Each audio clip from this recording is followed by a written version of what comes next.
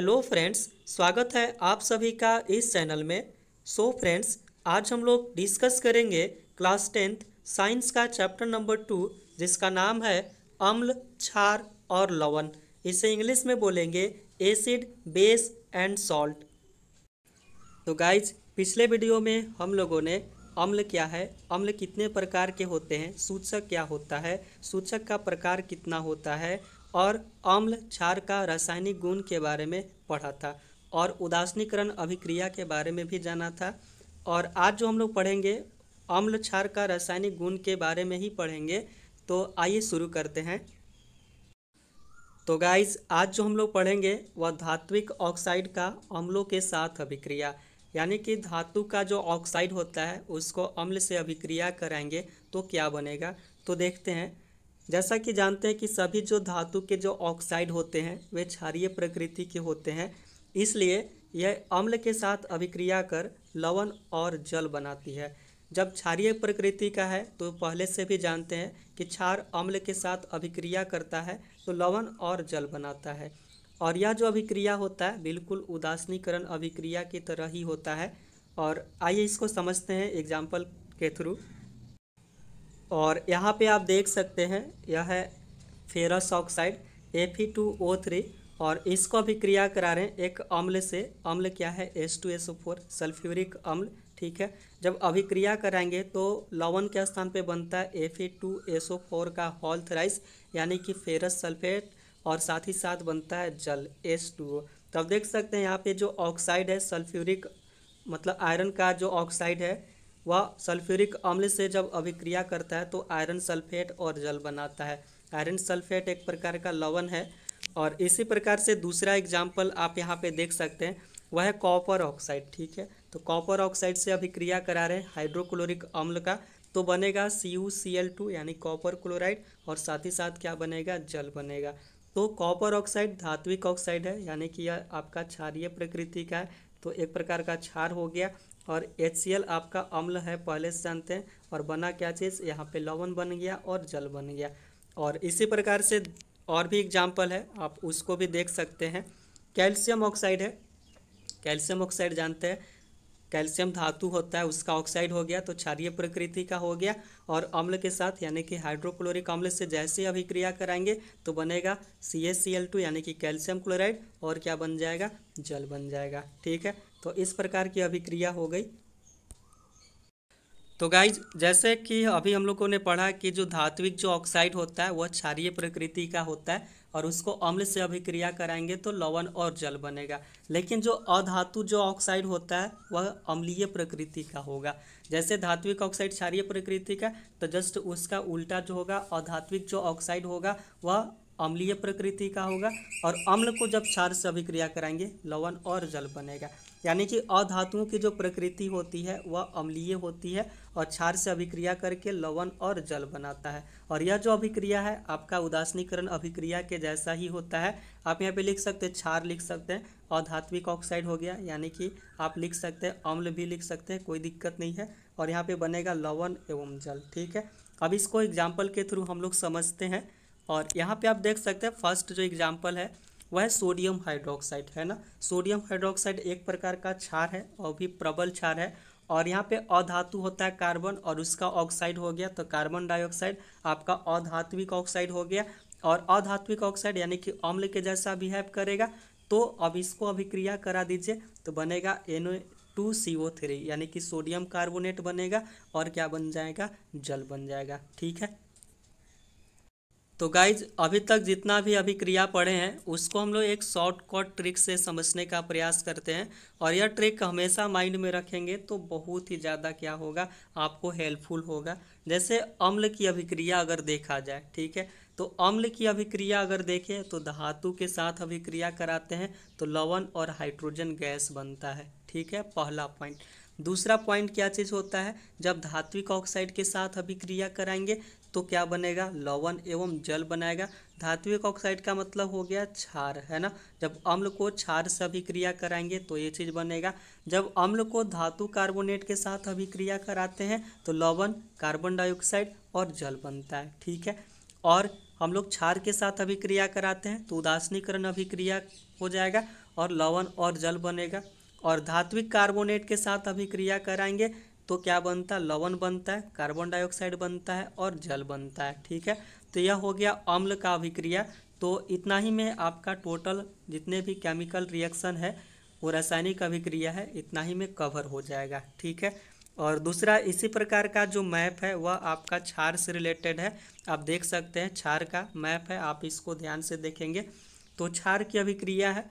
जैसा कि हम लोग जानते हैं कि जब क्षार को धातु के साथ अभिक्रिया कराते हैं तो क्या बनता है, लवण बनता है और जल बनता है। ठीक है, फिर इसके बाद अधात्विक ऑक्साइड के साथ अभिक्रिया कराएंगे तो क्या बनेगा, लवण बनेगा और जल बनेगा।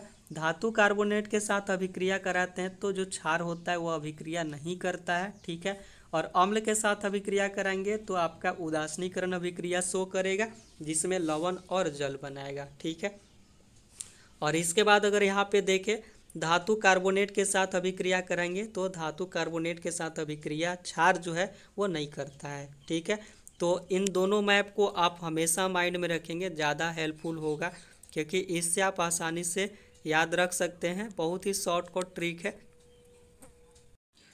गाइस। अब हम लोग जो पढ़ने वाले हैं वह अम्ल और क्षार का जलीय विलयन पढ़ेंगे, यानी कि जब अम्ल और क्षार को जल में घोलते हैं तो किस प्रकार के आयन फॉर्म होते हैं, सबसे पहले उसको देखेंगे। तो यहाँ पे है जलीय विलयन में अम्ल एवं क्षारक। ठीक है, जलीय विलयन में अम्ल और क्षारक किस प्रकार के बिहेव करेंगे। तो जैसा कि जानते हैं कि जल की उपस्थिति में, यानी कि जब जल में अम्ल को घोलते हैं तो H+ आयन उत्पन्न करता है ना, यानी कि H+ आयन मतलब हाइड्रोजन प्लस आयन क्या करेगा, उत्पन्न करेगा। और H+ आयन जो होता है H3O पॉजिटिव, इसको हाइड्रोनियम आयन बोलते हैं और उसके रूप में यह पाया जाता है। यानी कि H+ आयन केवल सिंगल ही नहीं होता है, वह हाइड्रोनियम आयन में पाया जाता है H3O पॉजिटिव के फॉर्म में। ठीक है, और यह कैसे होता है उसको भी देख लेते हैं। जैसे कि जैसे हम लोग जल में अम्ल को घोलते हैं तो H+ आयन क्या हो गया, बन गया। और वह H+ आयन जल के साथ जब वह मिलेगा तो मिलने के बाद क्या बना देगा, H3O पॉजिटिव, है ना, हाइड्रोनियम आयन बना देगा। और वही जो अम्ल होता है, जैसे कैसे बन गया हाइड्रोनियम आयन, अब इसी को क्या लिख सकते हैं, जैसे H+ मतलब क्या, अम्ल, और अम्ल को जब जल के साथ मिला देंगे तो क्या बन जाएगा, H3O पॉजिटिव, और साथ ही साथ जो नेगेटिव चार्ज होगा वह बाहर निकल जाएगा। जैसे कि यहाँ पे देख सकते हैं क्लोरीन जो है वह क्या हो रहा है, बाहर निकल रहा है। अब देखते हैं जो क्षार है वह जल के साथ किस प्रकार से बिहेव करेगा।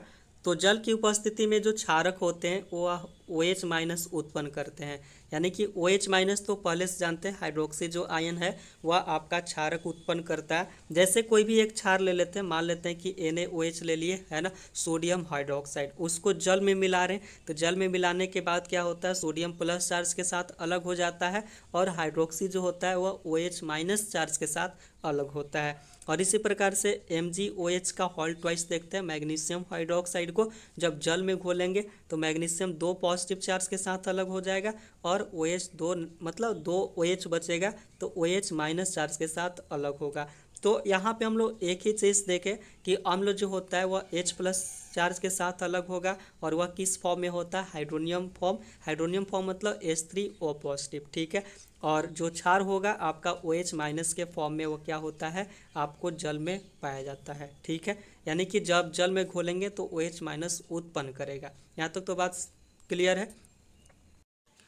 और एक बात और होता है कि सभी जो क्षारक होते हैं वह जल में घुलनशील नहीं होते हैं। ठीक है, जल में घुलनशील जो क्षारक होते हैं उसको क्षार कहते हैं, यानी कि सबसे इम्पॉर्टेंट पॉइंट है, सभी जो क्षारक होते हैं वह जल में घुलनशील नहीं होते हैं और जो जल में घुलता है उसी को हम लोग क्षार बोलते हैं, है ना।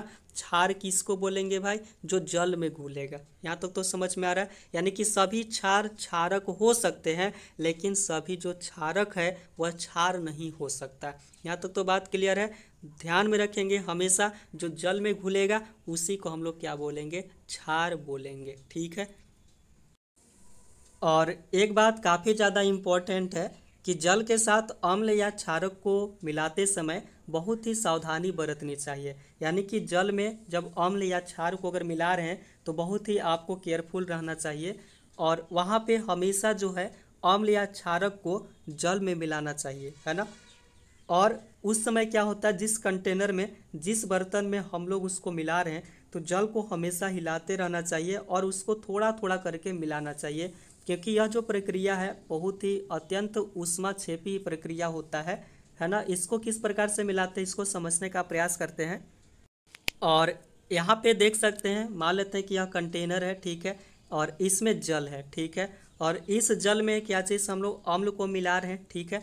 तो अम्ल क्या होगा, बहुत ही थोड़ा थोड़ा मिलाना चाहिए, ठीक है, और इस जल को हमेशा हिलाते रहना चाहिए, है ना। किसी न किसी चीज़ से क्या करना चाहिए, उस जल को थोड़ा क्या करना चाहिए, हिलाते रहना चाहिए और थोड़ा थोड़ा करके अम्ल को इसमें मिलाना चाहिए, है ना। थोड़ा थोड़ा करके अम्ल को इसमें क्या करेंगे, मिलाएंगे। अगर ऐसा नहीं करते हैं तो उस समय क्या होगा, अगर डायरेक्ट अगर मिलाते हैं तो अभी क्या बोले कि अम्ल और जल के साथ क्या होता है, ऊष्माक्षेपी अभिक्रिया होता है। ऊष्माक्षेपी का मतलब जैसे ही उसके साथ मिलाएंगे तो वह क्या होगा, तुरंत अभिक्रिया करेगा और अभिक्रिया करने के बाद ऊष्मा उत्पन्न होगा और उससे क्या होगा, उसके जो छिटका जो होगा ना, उसका जो बूंदा होगा आपके बॉडी पर पड़ सकता है, चेहरा पे पड़ सकता है ना। अगर बॉडी पे पड़ेगा तो जला देगा, ठीक है। तो इसलिए हम लोगों को क्या करना चाहिए, बहुत ही सावधानी बरतनी चाहिए और बहुत ही ध्यानपूर्वक जल को हिलाते हुए अम्ल को थोड़ा थोड़ा करके मिलाना चाहिए, ठीक है। और अम्ल में कभी भी जल को नहीं मिलाना है, इस बात को हमेशा याद रखेंगे कि अम्ल में जल को कभी नहीं मिलाएंगे। जब भी मिलाएंगे तो जल में क्या मिलाएंगे, अम्ल को मिलाएंगे। यहाँ तक तो बात समझ में आ रही है। अगर सांद्र अम्ल में अगर देखा जाए तो जल मिलाने पर जो उत्पन्न हुई ऊष्मा के कारण मिश्रण असफलित होकर बाहर आ सकता है तथा आप जल सकते हैं, है ना। यानी कि अगर क्या होगा, सांद्र अम्ल में अगर जल मिलाते हैं तो उससे ऊष्मा उत्पन्न होगा और वहाँ से विस्फोट होकर क्या हो सकता है, आपके बॉडी पर पड़ सकता है, जिसके चलते क्या हो सकता है, जो व्यक्ति उस काम करेगा वह जल भी सकता है। इस साथ ही साथ अत्यधिक अस्थानीय ताप के कारण कांच का पात्र जो होगा वह टूट भी सकता है। बात समझ में आ रहा है। यानी कि जिस कांच के बर्तन में अगर मिलाया जाएगा तो ऐसा अगर ज़्यादा टेम्परेचर अगर उत्पन्न हो गया तो वह जो कांच है वह टूट भी सकता है। और देखा जाए, जब कभी भी जल को अम्ल में डालते हैं तो दो प्रकार के बात हो सकता है। मिश्रण जो है असफलित होकर बाहर आ सकता है, बॉडी पर पड़ सकता है और जिसके चलते आदमी जल भी सकता है। दूसरा क्या होगा, स्थानीय ताप के कारण कांच का जो पात्र है वह टूट सकता है। तो गाइज इस वीडियो में इतना ही, और नेक्स्ट वीडियो में हम लोग डिस्कस करेंगे पीएच स्केल के बारे में। और पीएच स्केल जो है वह काफ़ी ज़्यादा इम्पॉर्टेंट है और यहाँ से क्वेश्चन एग्ज़ाम में पूछे जाते हैं, इसका यूजेज से क्वेश्चन आते हैं एग्ज़ाम में। तो मिलते हैं नेक्स्ट वीडियो में। और अगर यह वीडियो आपको हेल्पफुल लगा हो, यूज़फुल लगा हो, अगर अच्छा लगा हो तो वीडियो को लाइक किया कीजिए, चैनल को सब्सक्राइब कर दिया कीजिए और इसे अपने दोस्तों में शेयर कर दिया कीजिए।